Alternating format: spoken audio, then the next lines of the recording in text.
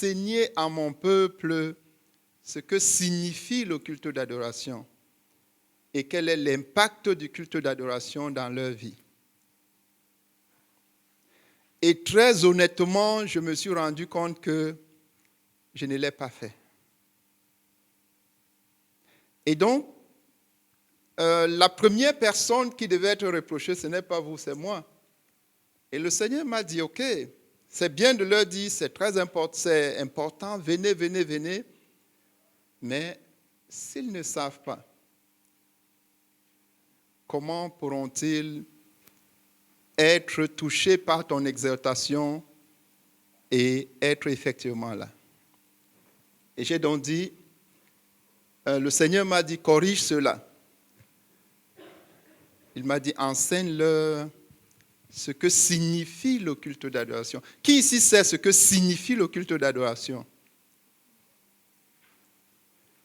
Bon, évidemment, et son impact dans la vie du croyant.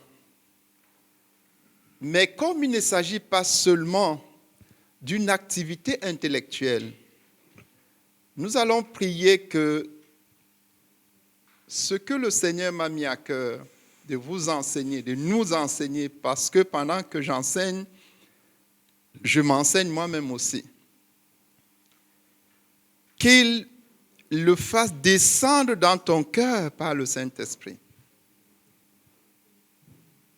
C'est peut-être la première fois que tu as un enseignement systématique sur la signification du culte d'adoration et son impact dans ta vie en tant que croyant.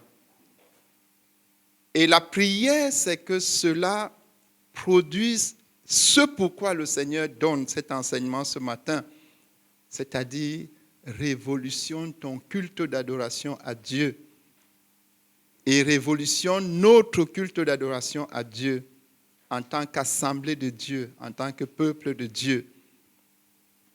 Donc nous allons prier que le Saint-Esprit nous aide. Prions ensemble. Père, nous te bénissons, notre Dieu. Merci beaucoup, Seigneur. Comme j'ai reconnu devant toi, je reconnais devant ton peuple qu'effectivement, je n'avais jamais pris le temps de m'attendre à toi, de recevoir de toi un enseignement systématique sur le culte d'adoration et son impact. Merci beaucoup, Seigneur, d'avoir eu compassion de moi et compassion de nous et de nous avoir amenés à corriger, à rectifier le tir. Nous prions notre Dieu que ce matin, pendant que tu vas nous parler, que ton Saint-Esprit agisse dans chaque cœur et que cette parole produise une révolution, Seigneur, en chacun de nous et en nous en tant qu'assemblée, en tant que peuple de Dieu, et que nous devenions effectivement des vrais adorateurs. Au nom de Jésus-Christ. Amen. Amen. Gloire à Dieu. Et donc, nous allons parler ce matin du culte d'adoration, sa signification et son impact dans ta vie en tant que croyant. On va lire dans Néhémie au chapitre 8, on va lire un exemple de culte d'adoration. Et à partir de cet exemple-là, nous allons tirer un certain nombre de leçons que nous allons partager. Dans Néhémie au chapitre 8,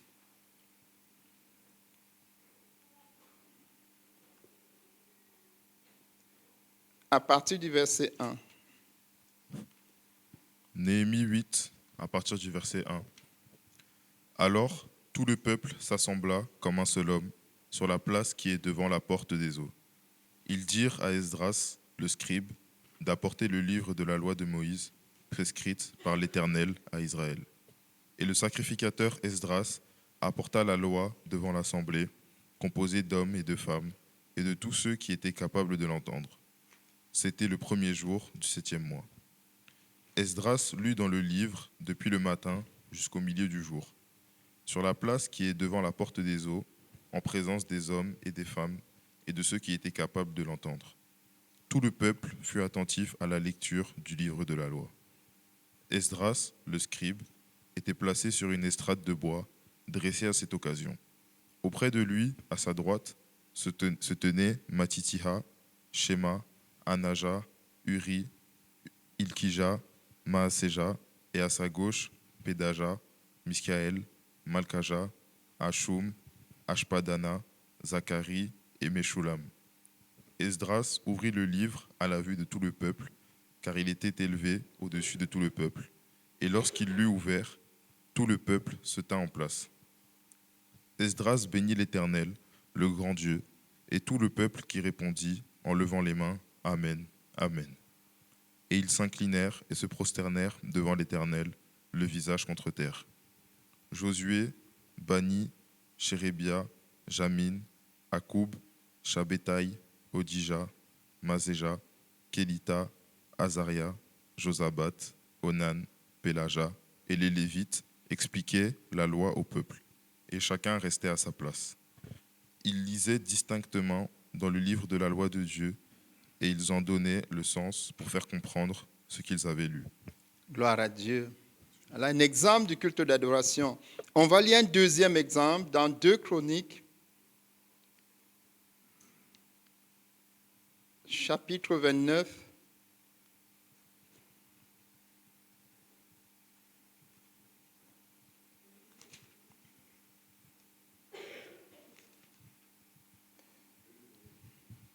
Deux Chroniques 29. Pour aller vite, lire à partir du verset 28, mais tout le chapitre parle du culte d'adoration. Mais on va lire à partir du verset 28 pour pouvoir... 27, à partir du verset 27. Ézéchias ordonna d'offrir l'holocauste sur l'autel, et, au moment où commença l'holocauste, commença aussi le chant de l'Éternel, au son des trompettes et avec des accompagnements des instruments de David, roi d'Israël.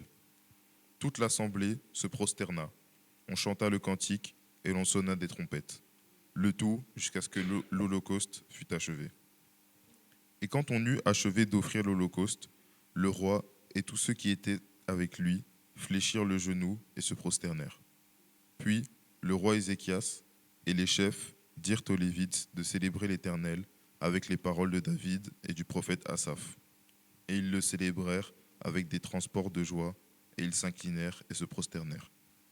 Ézéchias prit alors la parole et dit : Maintenant que vous vous êtes consacrés à l'Éternel, approchez-vous, amenez des victimes et offrez en sacrifice d'action de grâce à la maison de l'Éternel. Et l'assemblée amena des victimes et offrit des sacrifices d'action de grâce. Et tous ceux dont le cœur était bien disposé offrirent des holocaustes. Ok, on va s'arrêter là, ainsi de suite. Donc vous voyez que dans l'Ancienne Alliance, le culte d'adoration était essentiellement centré autour du service de sacrifice. Donc on offrait en sacrifice les bœufs, les brebis, tout ce qui est décrit là, et on les immolait. Et le sang coulait. Donc, il y avait l'effusion de sang.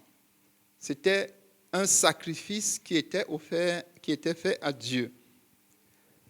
Mais ce qui s'est passé, c'est que par la mort de Jésus-Christ à la croix, il n'y a plus de sacrifice en termes d'effusion de sang.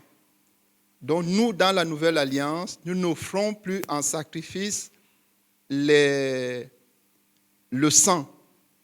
Donc nous n'avons plus à immoler, ainsi de suite. Mais le culte d'adoration, c'est un sacrifice. C'est toujours un sacrifice. Et notre leader fondateur, le frère Zach, dit dans son livre « L'art de l'adoration » qu'on ne peut pas dissocier le culte d'adoration au sacrifice. Donc c'est toujours un sacrifice, que ce soit dans l'ancienne alliance ou dans la nouvelle alliance. Et d'ailleurs, ce livre-là de l'adoration, je suis en train de le lire, c'est tellement merveilleux, je t'encourage à avoir une copie en sortant. Il dit que l'adoration et le sacrifice ne sont pas dissociables.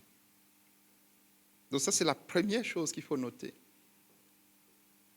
La différence, c'est que dans l'ancienne alliance, il sacrifiait par l'effusion de sang. Et que Jésus, ayant donné son sang, nous, dans la nouvelle alliance, nous ne sacrifions plus par l'effusion de sang. Mais l'adoration, c'est un sacrifice. C'est-à-dire, c'est une offrande à Dieu. Donc ça, c'est la première chose importante. Il dit que l'adoration, parlant donc du frère Zach, ne peut pas être dissociée au sacrifice. Donc l'adoration, dans l'ancienne comme dans la nouvelle alliance, c'est un sacrifice. C'est une offrande à Dieu. Et si nous lisons dans Acte 2, en ce qui nous concerne, donc nous de la nouvelle alliance, nous voyons à partir du verset 47 que les disciples se réunissaient chaque jour pour le culte d'adoration. Eux, c'était chaque jour, du lundi à dimanche. Et au départ, dans l'église primitive, l'adoration se faisait chaque jour. Et progressivement, on a établi l'adoration une fois par semaine, le premier jour de la semaine.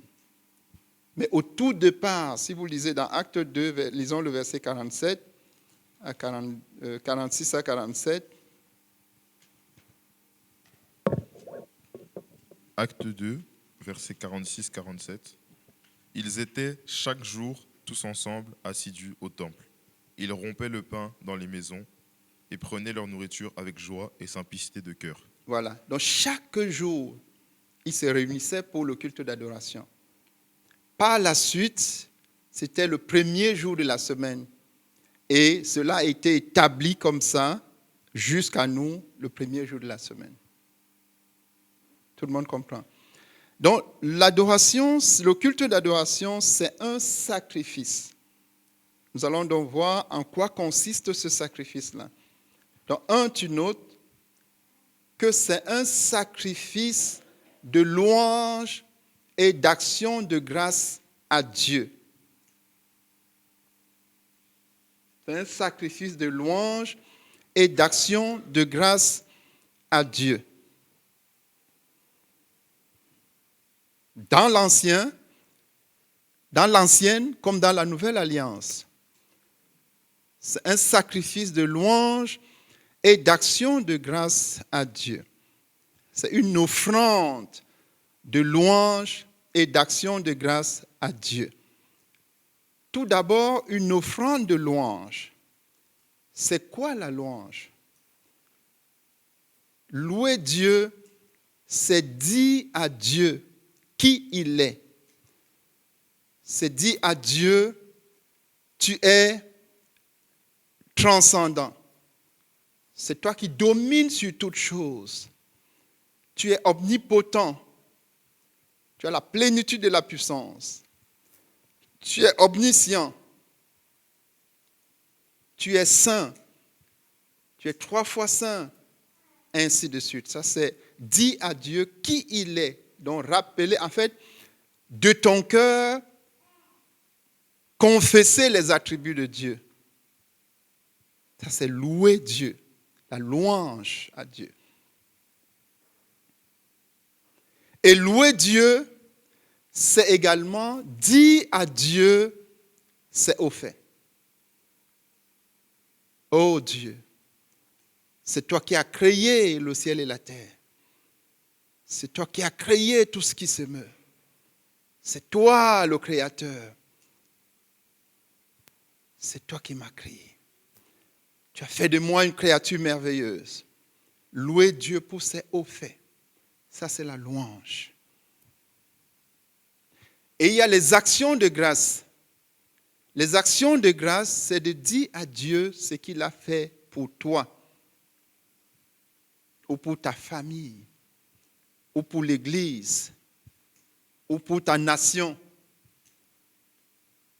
C'est de reconnaître ce que Dieu a fait. C'est donc un sacrifice de louange et d'action de grâce à Dieu. Dans Hébreux 13, verset 15, il dit « Offrons à Dieu un sacrifice de louange un sacrifice, ça veut dire que c'est quelque chose qui va te coûter. Si ça ne te coûte rien, ce n'est pas un sacrifice.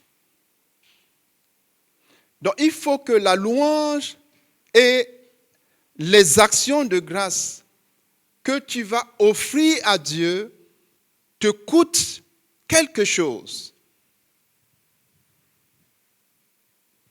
Ça peut te coûter ton temps. On est là pendant ce moment, près de 2 heures. Si tu es allé, le temps de rentrer, ça fait peut-être 4 heures.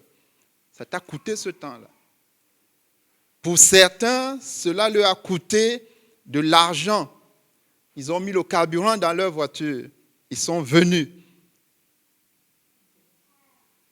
Donc, ça coûte quelque chose. C'est ça qu'on appelle un sacrifice. On offre à Dieu notre louange et on offre à Dieu nos actions de grâce. Il dit, offrons à Dieu des sacrifices de louange. Ça veut dire quoi? Ça veut dire que même lorsque mon corps ou ma situation ou ma condition n'est pas favorable, j'offre à Dieu la louange. Je le fais sous forme de sacrifice. Offrons à Dieu des sacrifices de louange. Donc ça, c'est le premier point. Et c'est ce que nous faisons. Et c'est ce que nous devons donc faire de mieux en mieux. Mais si vous avez été attentif à la lecture, dans 2 Chroniques 29, Ézéchias dit que maintenant que le peuple s'est consacré, il peut donc offrir en sacrifice ce qu'ils ont à offrir. Ça veut dire que la base de la louange et des actions de grâce à Dieu, c'est la consécration. C'est ceux qui sont consacrés à Dieu, qui offrent en sacrifice à Dieu les louanges et les actions de grâce. Il dit, maintenant que vous êtes consacrés, vous avez réuni la condition nécessaire pour adorer Dieu. Donc ça veut dire quoi pour nous? Ça veut dire que nous devons nous assurer que nous sommes consacrés à Dieu. Et pour être consacré, il faut être sanctifié. Donc le culte d'adoration est rendu à Dieu par des personnes sanctifiées et consacrées. Tout le monde comprend ce point? Ça veut aussi simplement dire, il dit maintenant que vous êtes consacrés, ça veut dire que je me prépare à venir rendre un culte d'adoration à Dieu en me consacrant à Dieu. Donc chacun de nous, quand il vient ici le matin, ou quand il se connecte et dit je participe au culte d'adoration, avant ce moment-là, doit s'assurer qu'il est consacré à Dieu. Puisqu'il dit maintenant que vous êtes consacrés, offrez votre adoration à Dieu. Alléluia. Et davantage pour ceux qui montent à l'estrade. Parce que monter à l'estrade, si vous avez bien compris la signification, en fait, c'est le dépouillement total. Donc, chaque personne qui fait partie de l'équipe de louange, qui conduit dans le peuple à offrir à Dieu la louange et l'adoration, doit s'assurer qu'il est sanctifié et qu'il est consacré à Dieu. Il dit maintenant que vous êtes consacrés. Et chaque saint qui vient pour rendre le culte d'adoration à Dieu doit aussi s'assurer qu'il est sanctifié et consacré. Alléluia. Donc, c'est un sacrifice de louange et d'action de grâce à Dieu. Il faut que cela te coûte quelque chose. Et le Seigneur m'a dit, le fait d'insister et d'encourager, par exemple, les gens qui sont en ligne à venir en présentiel, c'est leur dire, il faut que cela te coûte quelque chose. Parce que le sacrifice coûte quelque chose. Tout le monde comprend. Donc c'est ça, c'est important. Si ça te coûte, c'est un sacrifice. Si ça ne te coûte rien, ce n'est pas un sacrifice. Deuxième point, c'est un sacrifice, une offrande de ton écoute à l'enseignement de la parole de Dieu. Ce point est capital. C'est un sacrifice de ton écoute. Tu offres ton écoute à l'enseignement de la parole de Dieu. Lis encore pour nous Néhémie 8. Lis le verset 3. Écoute très bien.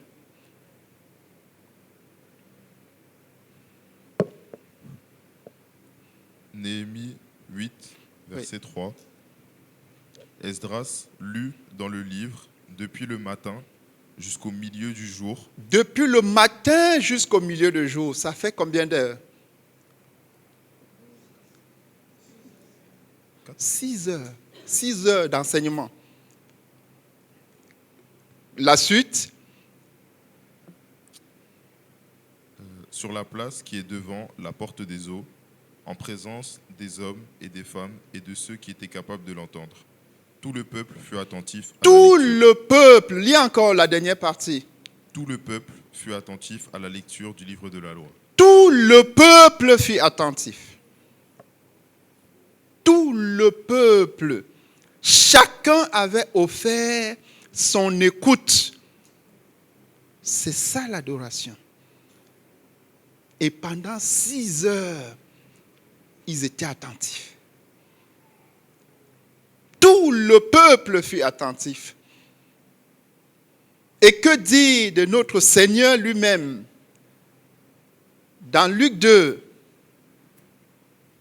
nous voyons le Seigneur Jésus lui-même. Luc 2, verset 46. Écoutez. Luc 2, verset 46. Au bout de 3 jours, ils le trouvèrent dans le temple, assis au milieu des docteurs, les écoutant et les interrogeant. Lis encore. Au bout de 3 jours, ils le trouvèrent dans le temple, assis au milieu des docteurs, les écoutant et les interrogeant. Le il est mis pour le Seigneur Jésus. Jésus était allé à un culte d'adoration. Et la Bible nous dit ici que Jésus, frère, était assis et il écoutait les docteurs enseigner.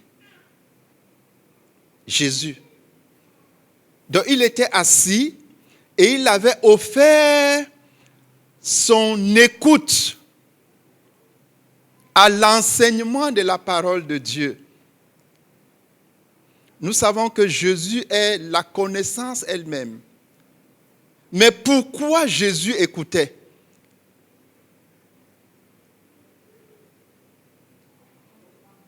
Jésus offrait à Dieu son écoute. C'est un culte d'adoration. Jésus écoutait attentivement. Jésus. Il écoutait, il était assis, calme. Il avait offert son écoute. Celui qui est la connaissance.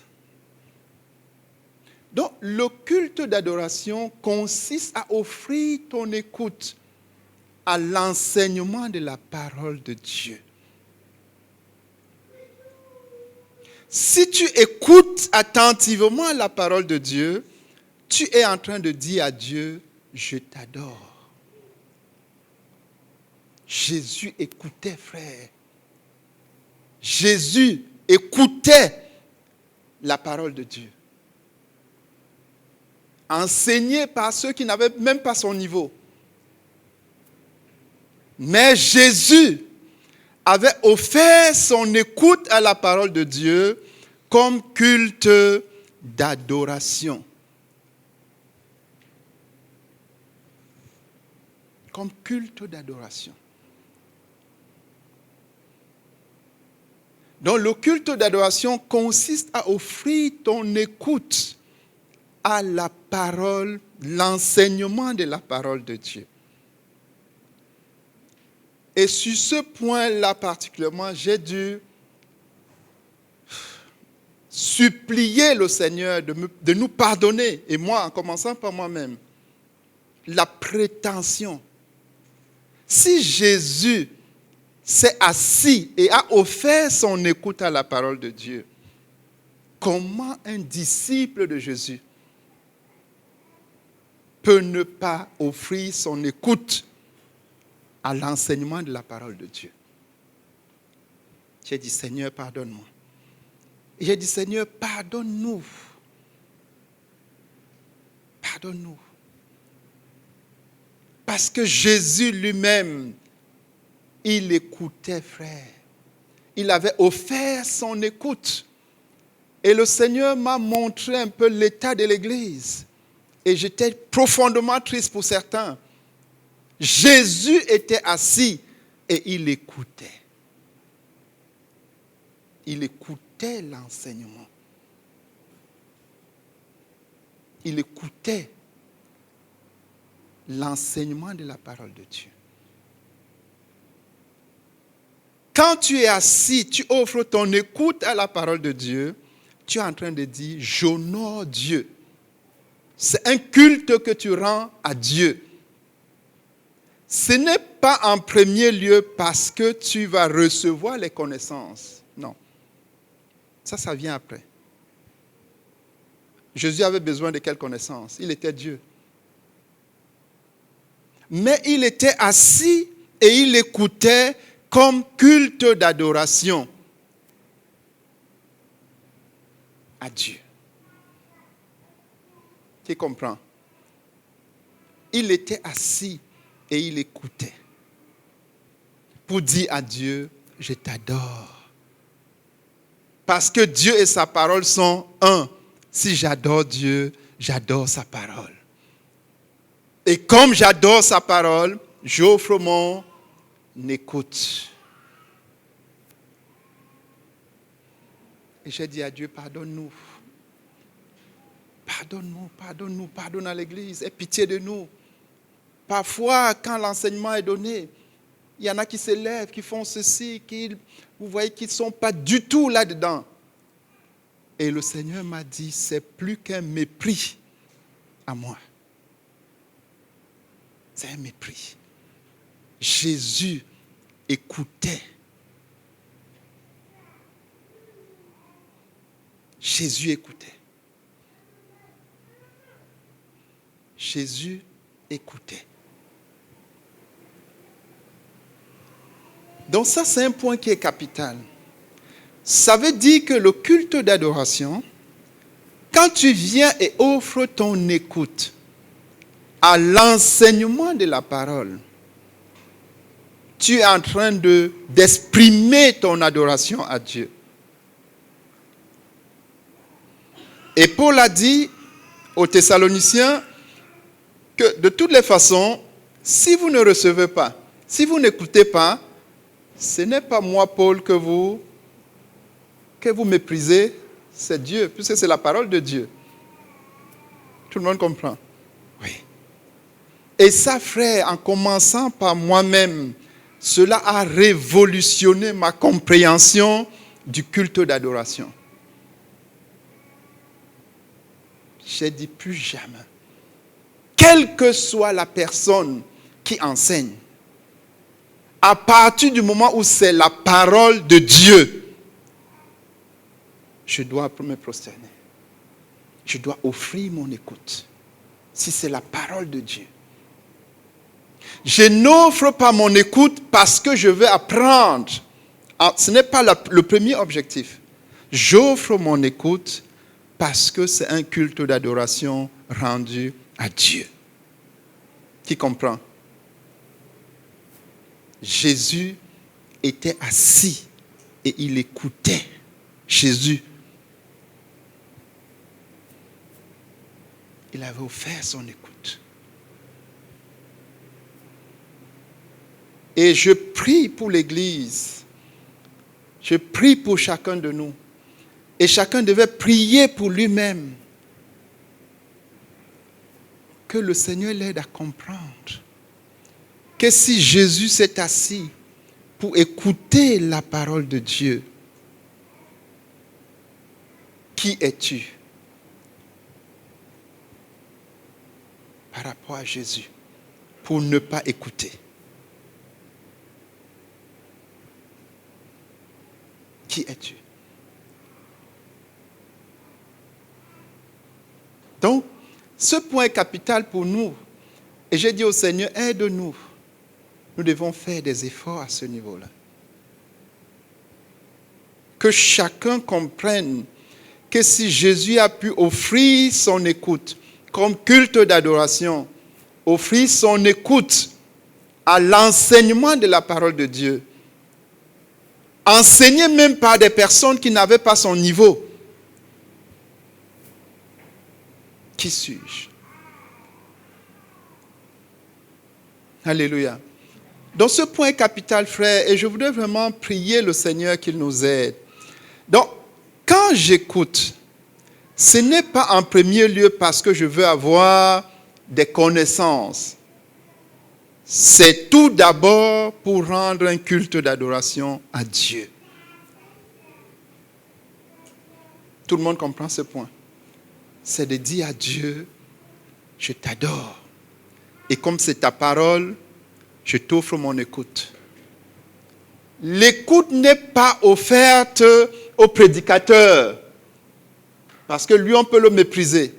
L'écoute est offerte à Dieu, parce que c'est la parole de Dieu.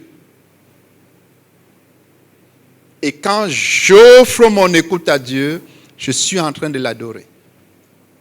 Comme le Fils de Dieu lui-même l'a fait. Tout le monde comprend ce point?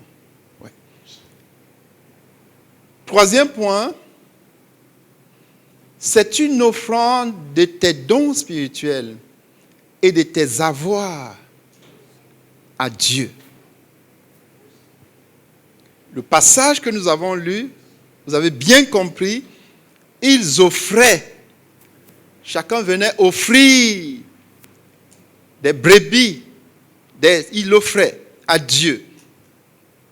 Donc tu offres tes dons spirituels à Dieu, tu offres tes avoirs matériels à Dieu, comme expression de ton culte d'adoration à Dieu. Tu lui offres. La Bible nous dit dans 1 Corinthiens 12, verset 7, que les dons spirituels ont été accordés à Dieu pour l'utilité commune, pour que nous les offrons à Dieu, pour l'utilité commune des saints. Donc, offrir à Dieu, c'est offrir à l'assemblée de Dieu. Je mets à la disposition de l'assemblée mes dons spirituels et mes avoirs matériels. C'est ça, le culte d'adoration. J'offre à Dieu.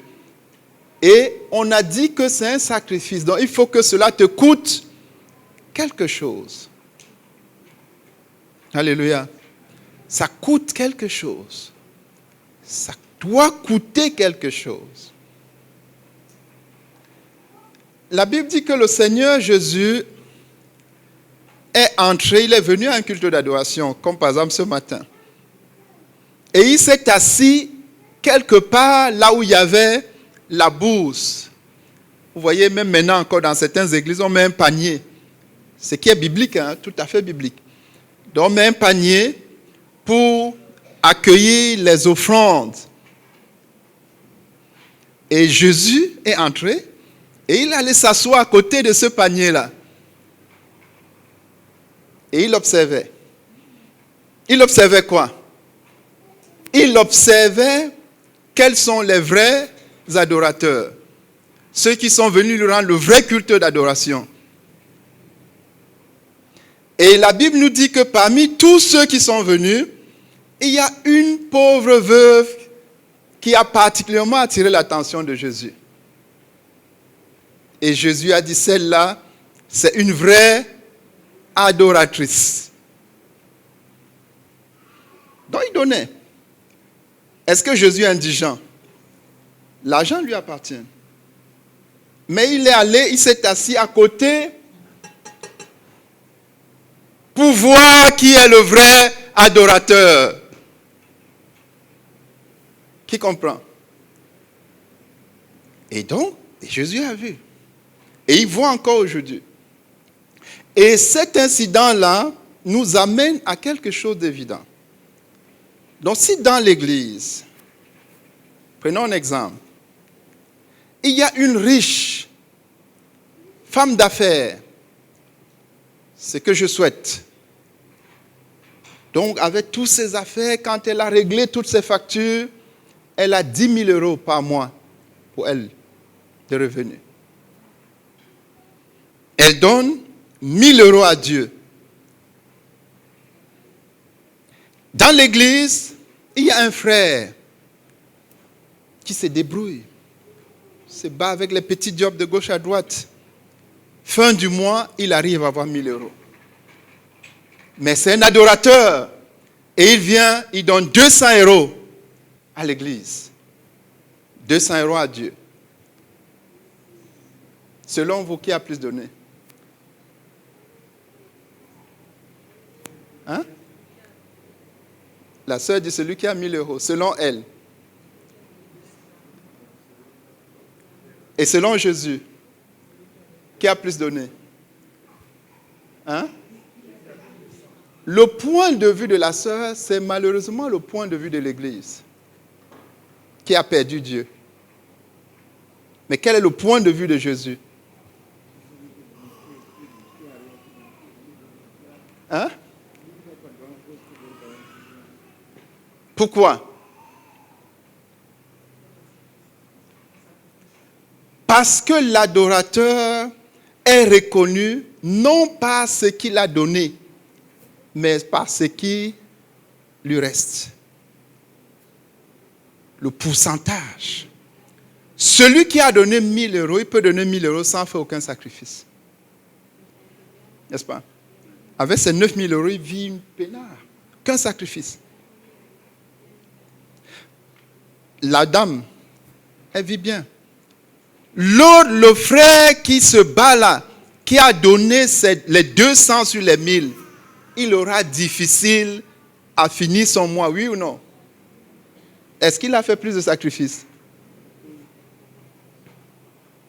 Le culte d'adoration, c'est un sacrifice des dons à Dieu.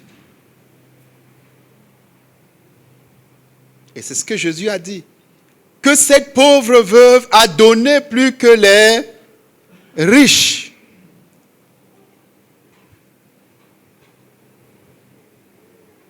Donc c'est un sacrifice, c'est une offrande. C'est-à-dire, on ne donne pas parce qu'on a beaucoup. On donne parce que donner est un culte d'adoration. Tout le monde comprend ce point?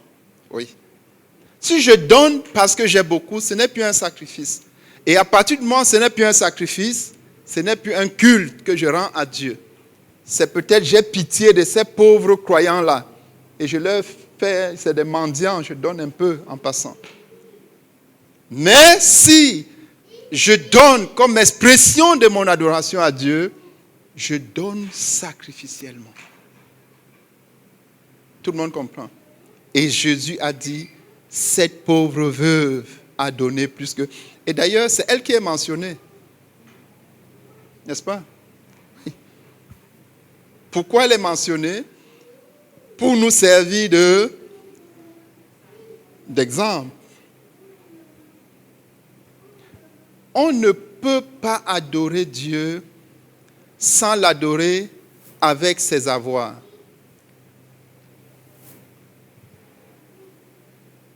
Les avoirs font partie de ce qu'il faut pour adorer Dieu. Tout le monde comprend ce point. Et le fait que, voilà, maintenant avec les médias, les détracteurs de l'Église, quand il y a une situation un peu indélicate quelque part, ils amplifient ça pour faire comme si l'Église était devenue un lieu où on escroque les gens et tout. Ça n'anéantit pas le principe biblique. Le principe biblique dit que celui qui adore Dieu l'adore avec ses avoirs. C'est ça le principe. Et il donne sous forme sacrificielle, puisque le culte d'adoration, c'est un sacrifice. Alléluia. Donc ça, c'est un premier point. Si c'est clair pour tout le monde, donc le culte d'adoration, c'est un sacrifice de louange, d'action de grâce à Dieu.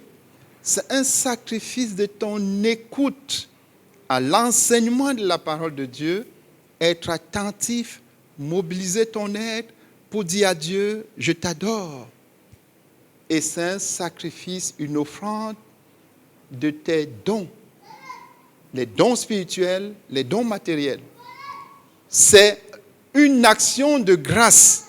C'est de dire à Dieu, je reconnais que tout ce que j'ai vient de toi.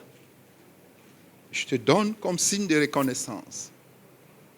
Alléluia. Donc ça, c'est le premier point.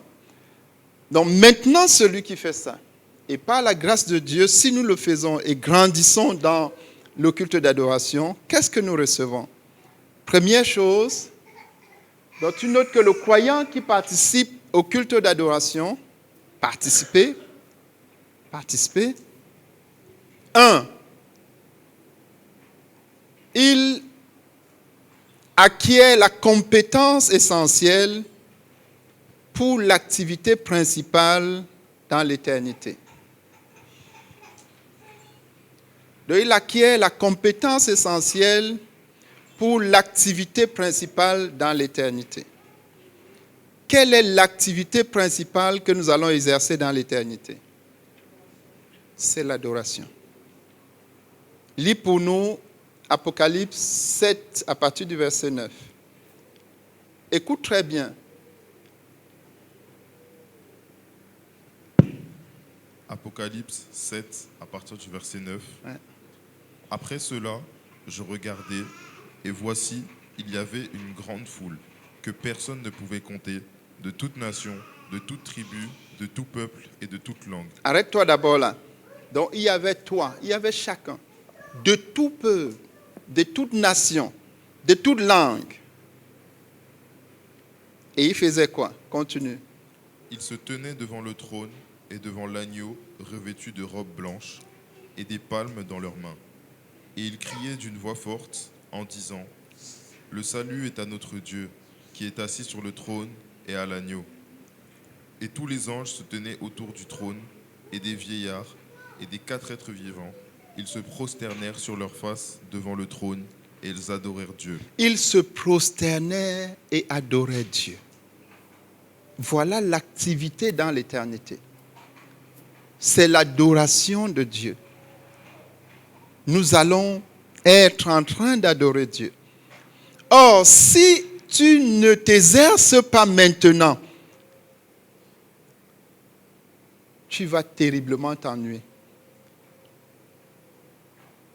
Ils se prosternaient et adoraient Dieu.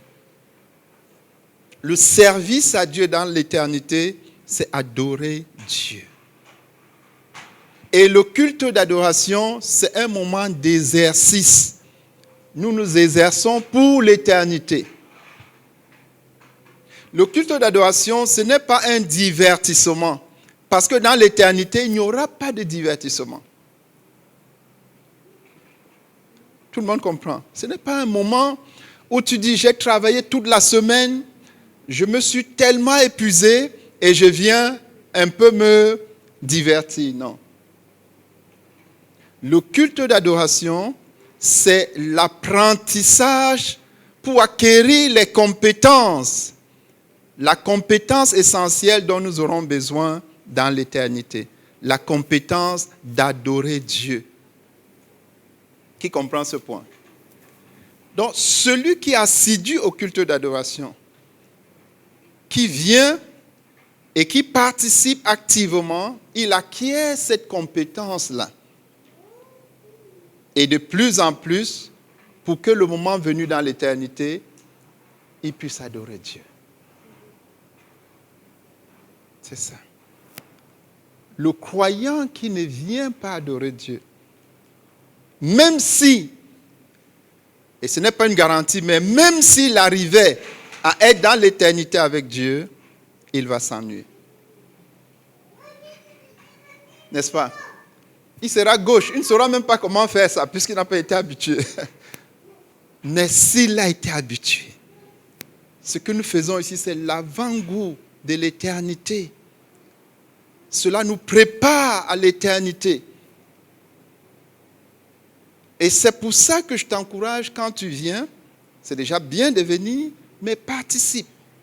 Et participe de telle sorte que tu puisses dire en rentrant, j'ai augmenté mon niveau d'adoration. J'ai augmenté mon niveau d'adoration.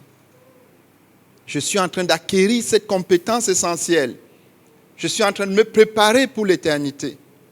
Puisque dans l'éternité, c'est l'adoration. Tout le monde comprend ce point. Et l'éternité n'est pas si loin que ça. Hein. Si le Seigneur t'accorde la grâce de vivre 120 ans, 120, ce n'est pas beaucoup. C'est bientôt arrivé. Alléluia. Deuxième point, le culte d'adoration, c'est un moyen que Dieu donne à chaque croyant pour s'édifier, s'affermir et se perfectionner dans la foi et la connaissance de Jésus-Christ. Nous avons vu qu'il y avait la lecture, que ce soit dans l'Ancienne Alliance ou dans la Nouvelle, il y a la lecture, il y a l'enseignement de la parole de Dieu. Et la Bible dit que la foi vient de la parole de Dieu qu'on entend. Donc si tu es une personne qui est assidue à l'enseignement, qui est là tous les dimanches et qui offre ton écoute à Dieu, tu es attentif, tu t'édifies dans la foi. C'est pour ça que la Bible nous dit dans Acte 2 qu'ils persévéraient dans l'enseignement. Ils étaient assidus dans l'enseignement. Et c'est aussi pour cela que le culte d'adoration, une partie importante, c'est l'enseignement. Pour être édifié. Et frère, ce point-là, le Seigneur m'a dit, toi-même vois, au niveau de l'Église, ceux qui sont assidus et qui offrent leur écoute à la parole de Dieu, tu peux voir les progrès qu'ils ont faits dans ma connaissance, dit le Seigneur. Et je voyais, le Seigneur me montrait quelques personnes. Et le Seigneur me disait, regarde aussi, ceux-là qui n'offrent pas leur écoute, regarde qui n'ont fait aucun progrès. Donc c'est quelque chose qu'on peut quantifier. C'est quelque chose qu'on ne peut pas tricher. Ceux qui sont à l'église et qui sont assidus, quand il y a l'enseignement, ils offrent leur écoute, ils prennent des notes, ils sont sérieux. Ils grandissent spirituellement. Ils s'édifient dans la foi. Ils s'affermissent. Ils grandissent. Ceux qui ne sont pas sérieux, qui viennent pour remplir une formalité, ils stagnent. Ils n'avancent pas. Ça, c'est une évaluation objective. Et au-delà de l'évaluation du Seigneur, qui est absolument objective et vraie, chacun peut faire son auto-évaluation et se dire, depuis tel nombre d'années que je viens, est-ce que j'ai grandi? Est-ce que ma connaissance de Dieu a augmenté? Si c'est non, quel est le problème? Et le problème peut être que tu n'as jamais offert ton écoute à l'enseignement. Tu n'as jamais pris au sérieux l'enseignement. Par exemple, tu n'as jamais pris des notes. Donc tu es juste venu là, ou même tu as pris des notes, tu n'as même jamais regardé. Donc, chacun peut faire son auto-évaluation. Donc, le culte est donné pour s'édifier, s'affermir et grandir spirituellement. Et je bénis le Seigneur parce que, et je suis très encouragé personnellement, je vois des gens qui grandissent, qui s'édifient, qui s'affermissent dans la foi parce qu'ils sont assidus aux enseignements. Et ceux-là, c'est un grand encouragement. Alléluia. Et je voudrais que tu sois parmi ceux-là aussi. Et le dernier point, c'est tu reçois le feu de Dieu. La Bible nous dit que quand Salomon était en train le culte d'adoration de la dédicace du temple, Salomon, tout le peuple était là, et pendant qu'ils offraient à Dieu la louange, les actions de grâce, la Bible dit que le feu de Dieu est descendu et que tous ont vu la gloire de Dieu. Donc quand le feu de Dieu descend, parce que nous sommes en train de louer, d'adorer Dieu, le feu de Dieu c'est quoi pour nous de la nouvelle alliance? Le feu de Dieu c'est le Saint-Esprit qui vient, pour consumer les œuvres du diable. Donc, il détruit les œuvres du diable. Le feu détruit les œuvres du diable. Il détruit l'incrédulité, il détruit la maladie, il détruit. Le feu descend pour détruire. Il descend pour détruire. Donc le feu de Dieu descend. Et certains sont en train de l'expérimenter. Le feu descend pour consumer, pour détruire ce qui est de l'ennemi. Le feu de Dieu est descendu. Et le feu de Dieu descend aussi pour enflammer pour le Seigneur. Donc il t'enflamme. Et d'ailleurs ça se voit. Ceux qui sont assidus, de plus en plus, vous voyez qu'ils sont de plus en plus enflammés, de plus en plus impliqués, de plus en plus, c'est ce que fait le feu. Et ils sont de plus en plus sanctifiés, consacrés, parce que le feu consume en eux ce qui est de l'ennemi. Et le feu les enflamme pour le Seigneur. Donc le feu est descendu. Et la Bible nous dit pour nous 2 Chroniques 7. Lis 2 Chroniques 7. Lis juste le verset 3 pour gagner du temps.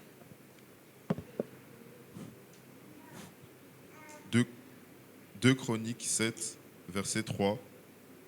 Tous les enfants d'Israël virent descendre le feu et la gloire de l'Éternel sur la maison. Arrête-toi d'abord là. Tous les enfants d'Israël. Tous.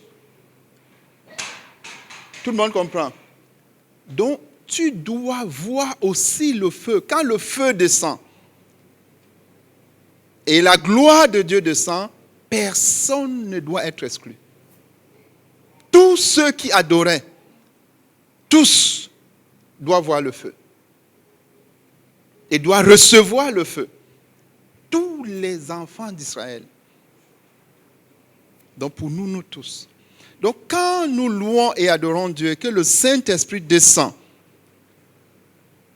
il doit te saisir. Et il consume en toi ce qui n'est pas de Dieu. Et il t'enflamme pour ce qui est de Dieu. Ça, c'est ce que fait le feu. Ce que fait le Saint-Esprit. Et il dit qu'il vit aussi la gloire de Dieu. La gloire de Dieu, c'est la présence tangible de Dieu. Et je voudrais juste que nous comprenions, quand nous nous réunissons ici le dimanche, Dieu est là. Simplement sur la base de sa fidélité.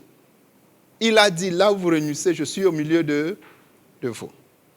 C'est ce qu'on appelle la présence de fait.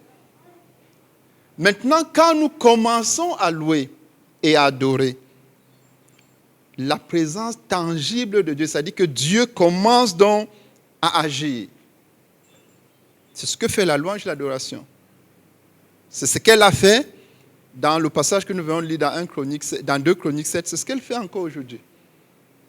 Et en ce moment-là donc, plus la louange monte, elle est puissante, elle est profonde, plus Dieu se meut. Et plus chaque saint qui est là reçoit le feu et la gloire. La gloire, c'est la présence de Dieu. Donc la présence de Dieu, ce n'est pas quelque chose qu'on demande, Dieu vient être présent, non. Parce que si nous sommes là, Dieu est là. On salue la présence de Dieu et on agit pour qu'elle soit tangible. Tout le monde comprend ce point? Oui. Parce qu'à moins que nous ne soyons pas une assemblée de Dieu, hein, mais à partir du moment où nous sommes une assemblée de Dieu, dès qu'on s'est réunis, Dieu est... Le Saint-Esprit est là, présent. Il est là. Mais le fait qu'il soit là ne suffit pas. Il faut que sa présence soit tangible. Ça veut dire que chacun rentre avec sa présence. Parce que le Saint-Esprit fait venir et tu rentres sans rien. Mais ça ne veut pas dire qu'il n'était pas là. Ça veut simplement dire que tu ne t'es pas saisi de lui. Vous voyez? Et c'est aussi pour cela que quand nous faisons une prière, là aussi, il faut être très attentif. Il ne faut pas me regarder. Et je ne suis qu'un instrument. Il faut se focaliser sur Dieu. Il faut fixer ses regards sur Dieu et t'efforcer et te faire violence pour que ton cœur accepte que Dieu est là. Parce que le fait que Dieu est là, c'est un fait. Mais si tu n'acceptes pas que Dieu est là, tu vas rentrer sans rien. L'autre qui a accepté que Dieu est là va voir les manifestations de Dieu dans sa vie. Tout le monde comprend ce point. C'est ce qu'on appelle la foi. Donc, la gloire de Dieu, c'est la présence tangible de Dieu. Ou si tu es venu étant, par exemple, fatigué, quand la gloire de Dieu t'atteint, tes forces sont renouvelées. Si tu es venu étant malade, la gloire de Dieu t'atteint, tu es guéri. Ce qu'on appelle la gloire de Dieu, c'est-à-dire la présence tangible de Dieu. Elle est manifeste. Et elle va dépendre beaucoup de ton attente et de ta foi pour agir en toi. Tout le monde comprend. Et c'est aussi pour ça, vous voyez que nous retournons du culte avec des bénéfices variés. Pourtant, c'était le même Saint-Esprit qui est descendu, c'est le même enseignement qui a été donné, mais c'est varié. Chacun en fonction du vase qu'il a présenté à Dieu.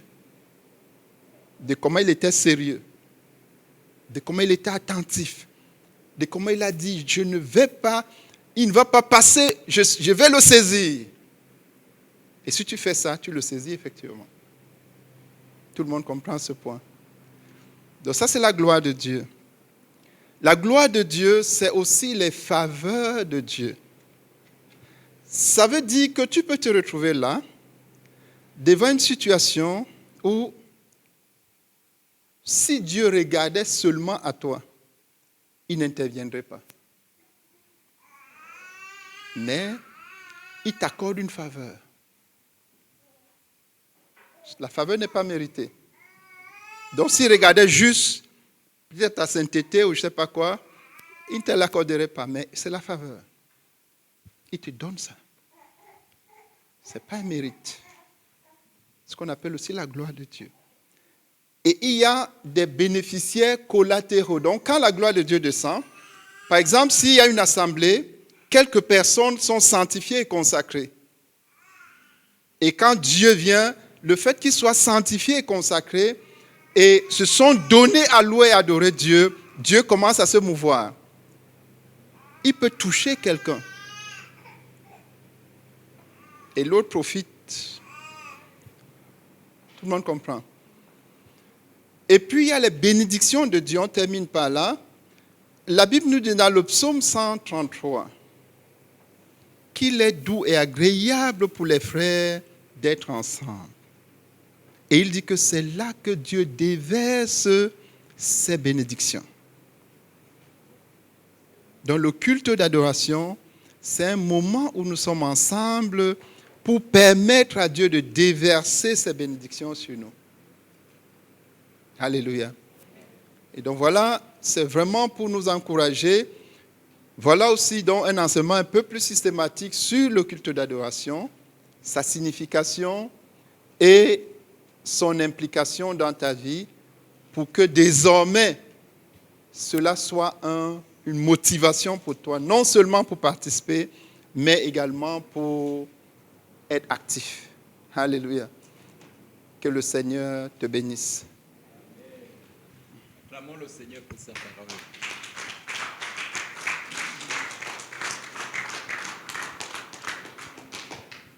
Vous voyez donc